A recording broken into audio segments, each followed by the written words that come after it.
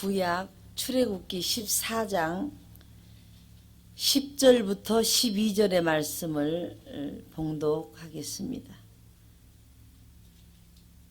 찾으신 줄 알고 짧은 구절이기 때문에 제가 봉독을 하겠습니다. 14장 10절부터 12절입니다.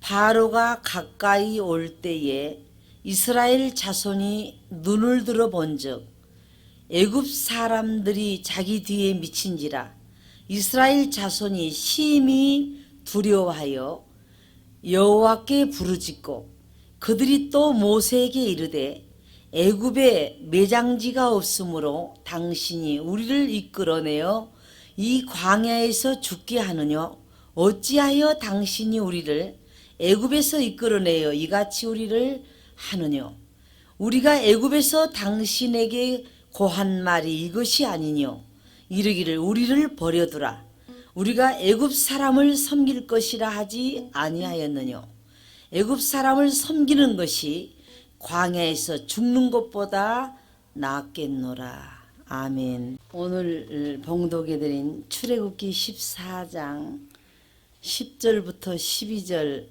말씀에 의지해서 홍해 바다가 우리에게 주는 교훈이라는 제목으로 함께 하나님 말씀의 은혜를 나누고자 합니다.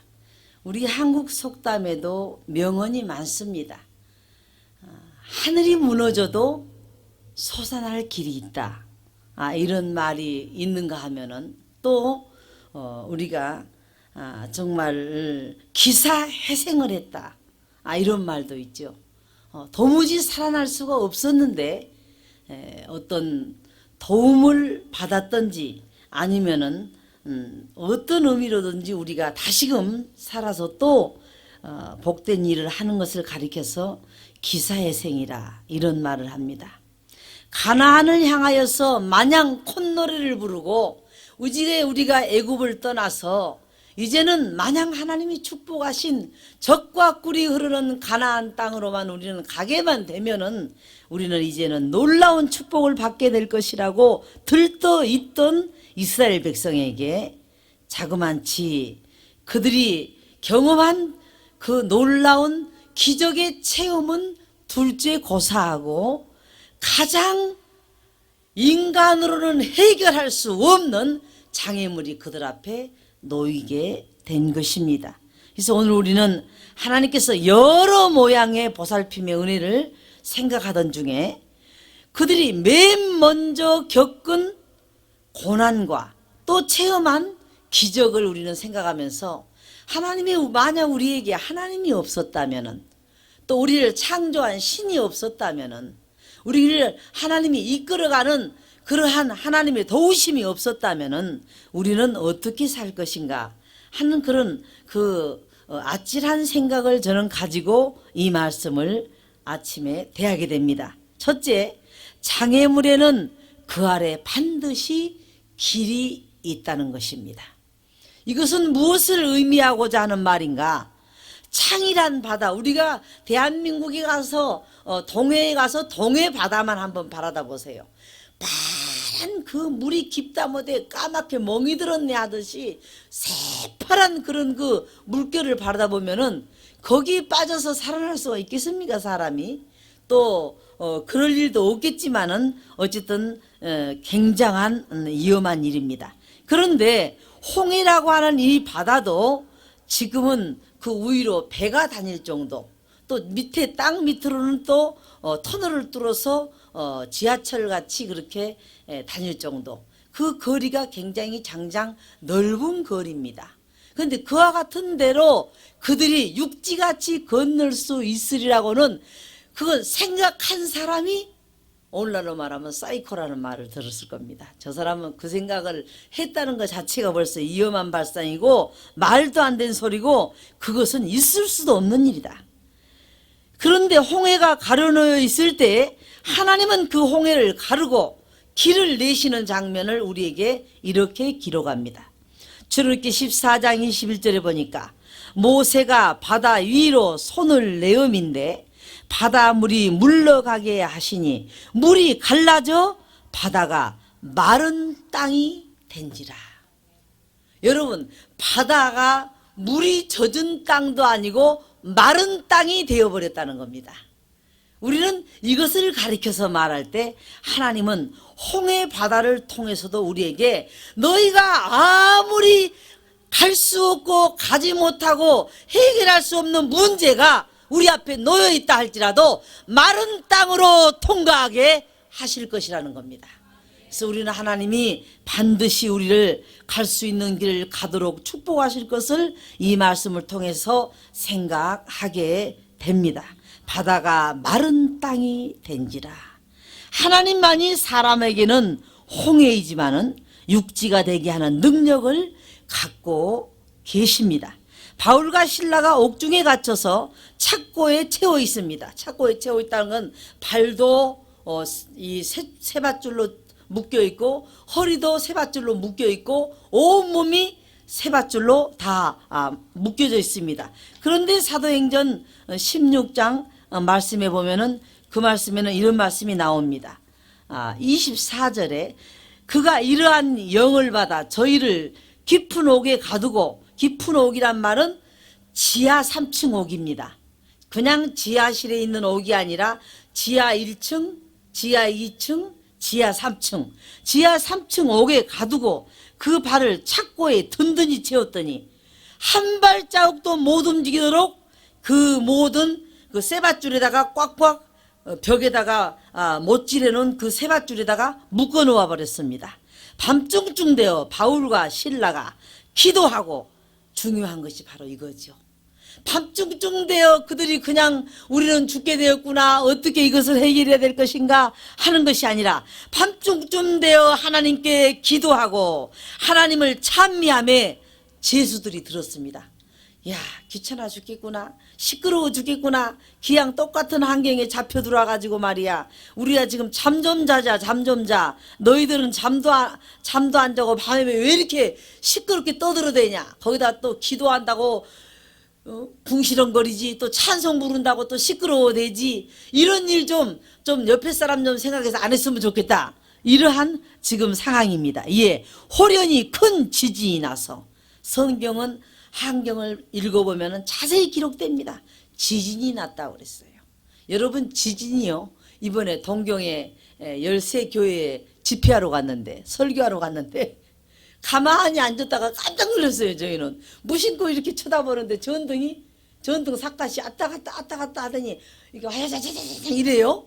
어머, 여가 일본인가 봐. 진짜 지진 나는 데인가 봐 여기가. 음식 먹으려고 앉았다가 그게 17층 위에 올라가 앉아 있는 겁니다. 그러니 그게 얼마나 그 건물이 물론 어떤 그 배 형식으로 이렇게 밑에서 어떤 그 원형을 줘가지고 흔들흔들 해도 땅과 더불어 같이 움직이도록 이렇게 설계를 지금 일본은 하기 때문에 우리같이 이렇게 반듯한 땅에 반드시 세워놓으면은 확상 무너지지만 그렇게 안 하고 지진에게 맞게 설계를 한답니다. 그러더니 갑자기 이 감옥터가 지진이 나서 옥터가 움직이고 문이 다 열리며, 지진이 나는데 문이 안 열립니까? 열쇠 아무리 채놔봐야 이 땅 저 땅이 같이 땡기니까는 그 열쇠가 바그작 부서져 버린 거죠. 열리며 모든 사람이 매인 것이 다 벗어진지라. 다 벗어지면 거기가 앉아있을 일이 있겠습니까? 야, 우리 하나님이 우리 내보내시나 보다. 우리를 다 이 옥터를 움직여서 지진을 일으켜서 우리를 밖으로 내어보내시나 보다 하고 지금 밖으로 그들은 신나게 나가서 하나님들 앞에, 모든 자들 앞에 구원의 복음을 전할 수 있도록 이렇게 뛰어나오는 장면을 성경은 볼 수가 있습니다. 하나님은 언제나 인간이 생각지 못할 일을 준비하고 계신다는 사실입니다. 하나님은 출구를 만들어 놓으시는데 옥중에 갇혀서 착고에 채여서 꼼짝할 수 없을 때도 지진으로 땅을 흔들어서 모든 세부치를 다 잡아 띄어서 사람이 나가도록 자연계를 다 움직여서 그들이 나갈 수 있도록 만들어 주신 것입니다. 또한 창세기 22장 13절부터 14절에 보니까 아브라함이 아들을 칼을 들고 번제물로 다리를 자르고 팔을 자르고 이제 제물로 하나님께 그 자식을 하나님께 드리라는 그 무서운 명령을 받고 그것을 그렇게 이행하려고 하는데 하나님이 아브라함아 아브라함아 불러서 뒤를 돌아보니 숯불에 여러분 한번 그 그림을 그려보세요. 숯불에가 딱 뿔이 걸려갖고 가지도 오지도 못하고 하루 종일 씨름을 하고 있는 양무리를 보게 된 거예요. 양떼가 하나님이 거기다 갖다 걸어놓으니까 이 뿔에가 이 나무하고 걸려놓으면 여러분 이 산양 있죠. 산양이 이렇게 머리에 긴 뿔들 달렸죠.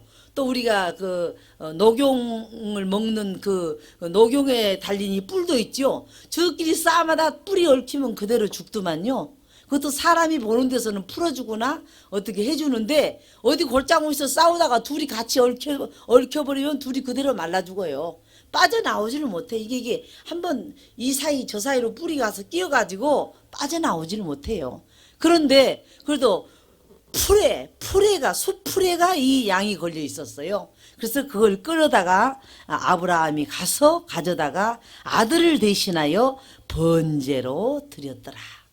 우리 하나님 얼마나 감사합니까?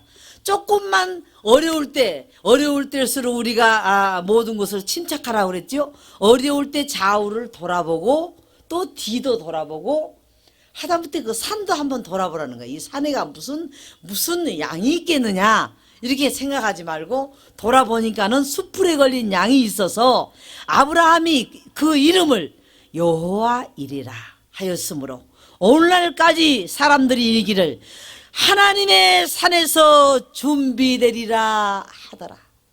하나님이 제사 드릴 걸 아시고 거기다 갖다가 야 내가 너의 것을 받는 것이 아니라 내 것을 갖다 놨다 내가 받겠다. 그 숯불에 걸린 양을 잡아서 양떼를 제사로 드리도록 한 것을 가리켜서 여러분 그 말이 얼마나 우리는 은혜롭습니까? 하나님이 자기를 위하여 친히 준비하시리라. 자기를 위하여 친히 준비하시리라. 저는 여러 가지로 부족하지만 이번에 이것은 뭐 교계에 공개된 일이니까 이건 아무 어디까지나 다 증거해야 할 얘기죠. 뭐 6.25 50주년 행사 또 16개국 참전국 16개 나라 장성들 모임. 그래서 백악관에서 대형 리셉션을 하는데 제가 그날 가려고 이 한복을 해 입었습니다. 그러니까 하나님 앞에 그 나라에 가서도 양상을 입어도 되지만 내 민족을 보이려고 나는 한국 사람이다. 나는 한국 사람 대표로 왔다. 그것을 알리기 위해서는 하다못해 민족 의상이라도 입어야 되겠다.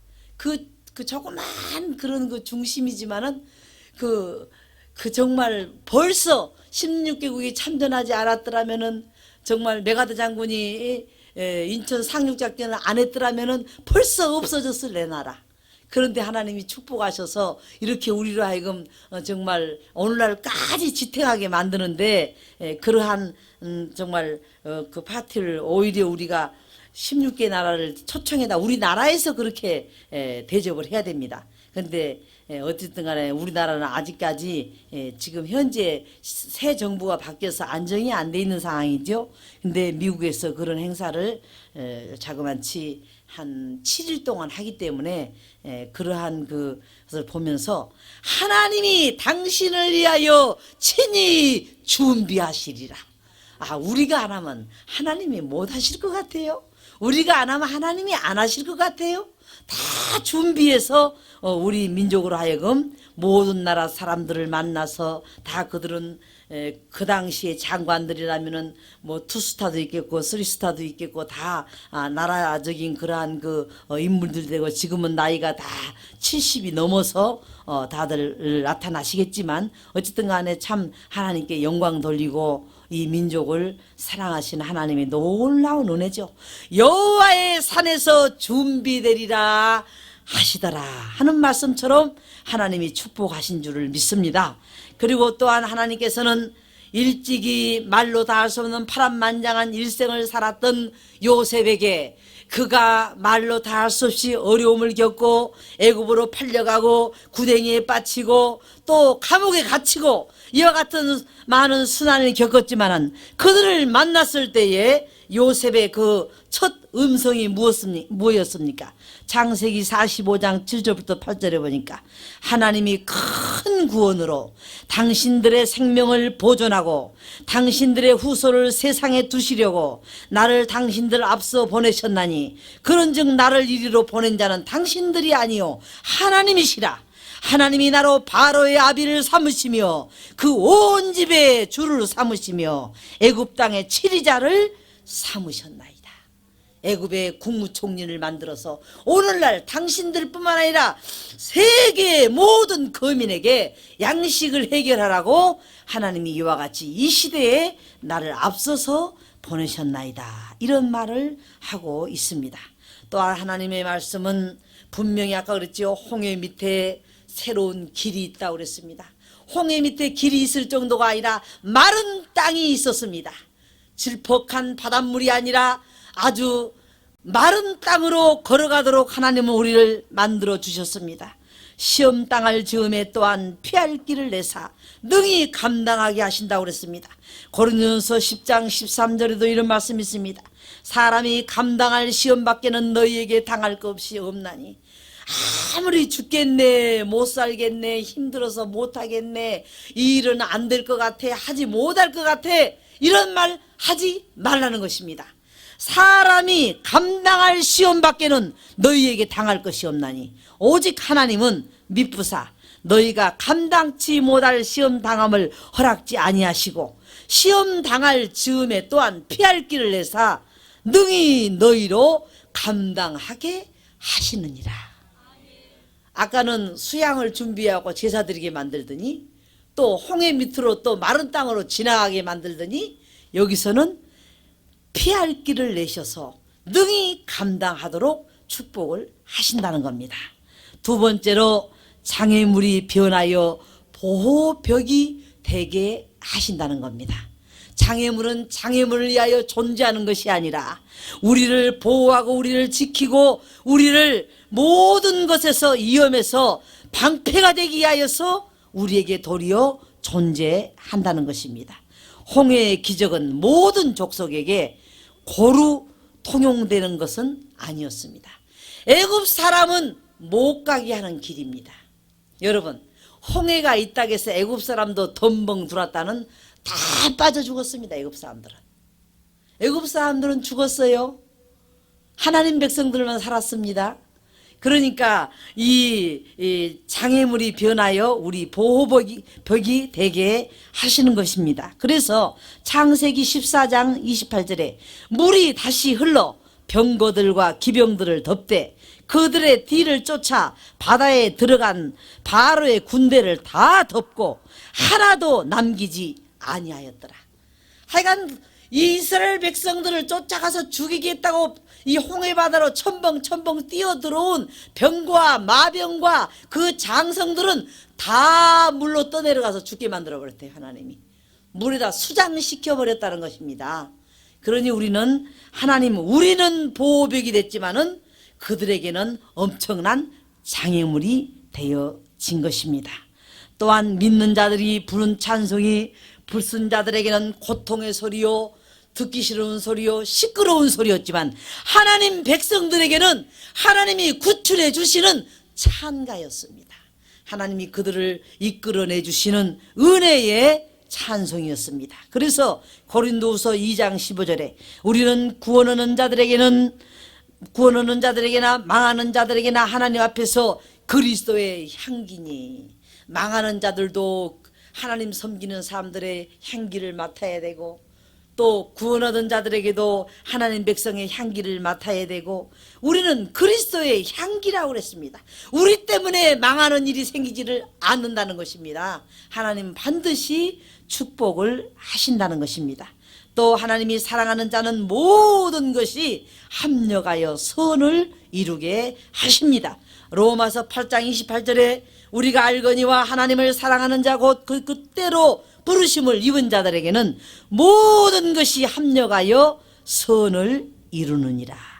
모든 것이 연합하여 유익하게 하시느니라.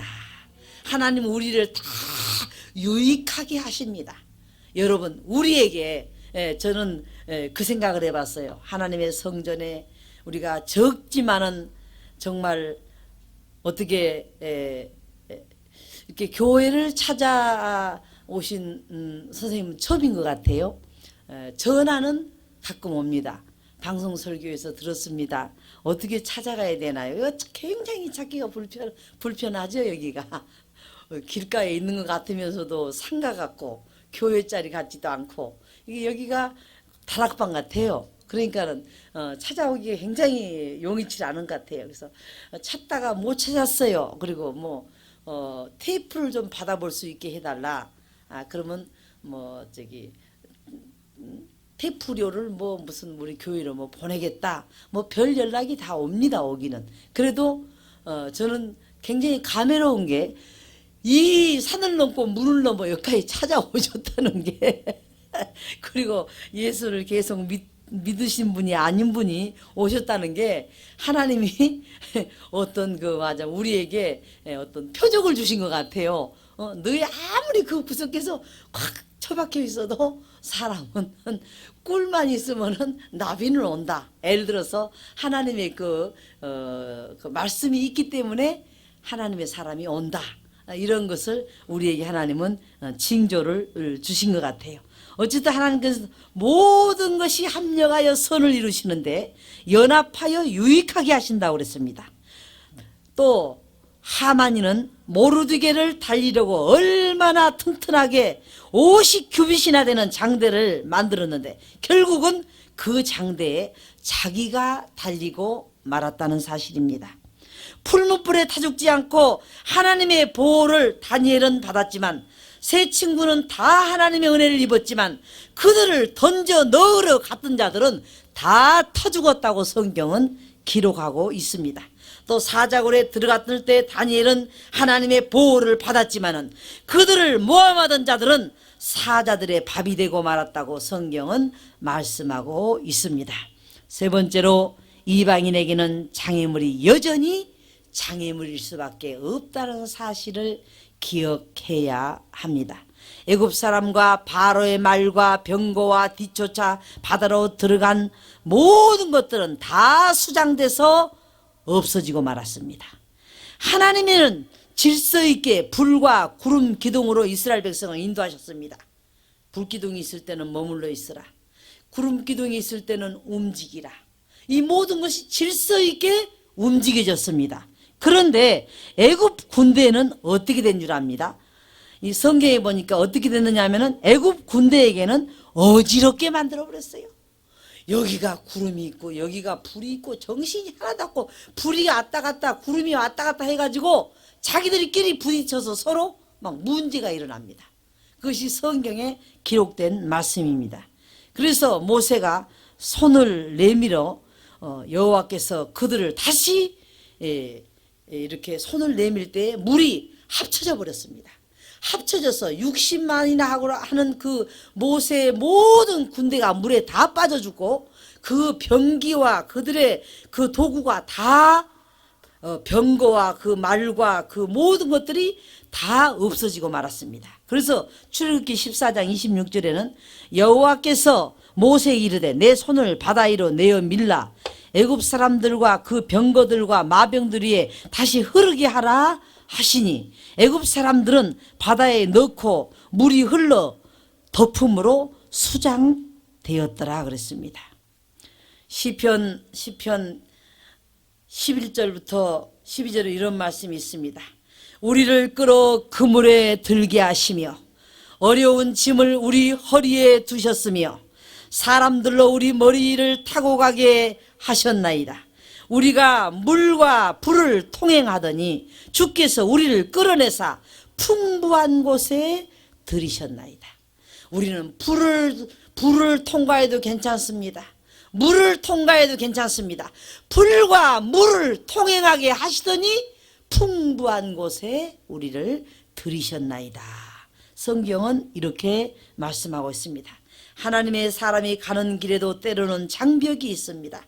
위험한 일이 뒤따르고 있습니다. 그러나 그 어려움 뒤에는 반드시 하나님의 능력의 보살핌이 기다리고 있다는 사실과 또 상대에게는 장애물이지만 우리에게는 보호막이 되어주시고 또 이방인에게는 장애물이지만은 여전히 우리에게는 하나님의 은혜의 장벽이 되셔서 우리를 지키신다고 하는 놀라운 사실을 홍해의 짧은 사건을 통해서 하나님은 우리가 홍해보다 더 어려운 일을 겪기는 우리 일생에 그리 쉽지는 않을 겁니다. 떠내려가느냐 사느냐 죽느냐 바다에 물고기에 밥이 되느냐 내가 이것으로 이제 내 인생이 끝이 나느냐 물에 빠져 죽느냐 사느냐 이보다 더 위급한 일이 있습니까? 하나님은 우리를 마른 땅을 걸어가게 하셨다는 사실입니다. 하나님의 놀라운 그 도우심과 은혜를 생각하면서 이 말씀을 대했습니다. 기도하겠습니다. 하나님 감사합니다.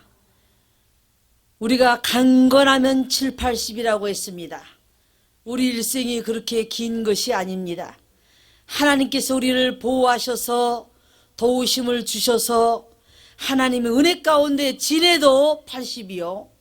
말로 다 할 수 없는 인고를 겪고 정말 우리가 하나님 없는 삶을 살다 가도 7, 80입니다. 그러나 가는 길은 현저히 다릅니다. 우리가 하나님이 계신 저 천성으로 가는 것인가? 하나님이 없는 또한 저 지옥으로 가는 것인가? 우리는 하늘 백성답게 하나님의 은혜 가운데서 하늘나라가 또 있다고 하는 사실을 우리는 생각하면서 장벽 앞에 선 이스라엘이 그 창이라고 무서운 바다를 바라보면서도 하나님의 서신 편에 서서 하나님이 마른 땅이 되게 하시고 보호막이 되어주시고 보호벽이 되어주셔서 우리를 건너서 무사히 저천성에 이를 때까지 우리는 하나님의 편에 서서 하나님과 동행할 수 있도록 우리의 삶을 축복하여 주시옵소서. 예수님의 이름으로 기도하옵나이다. 아멘.